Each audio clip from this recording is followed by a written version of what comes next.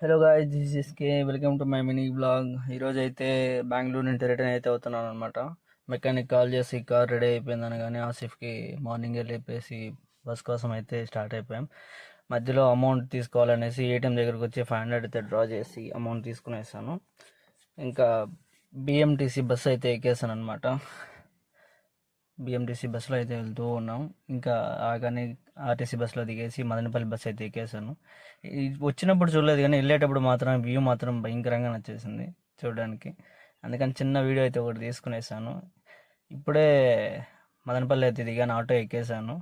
ఇంకైతే Punganur bus stand ఇక్కడికి వచ్చేసి పుంగనూరు రోడ్లో కార్ సర్వీస్ మెకానిక్ దగ్గరికి అయితే వచ్చేసాను.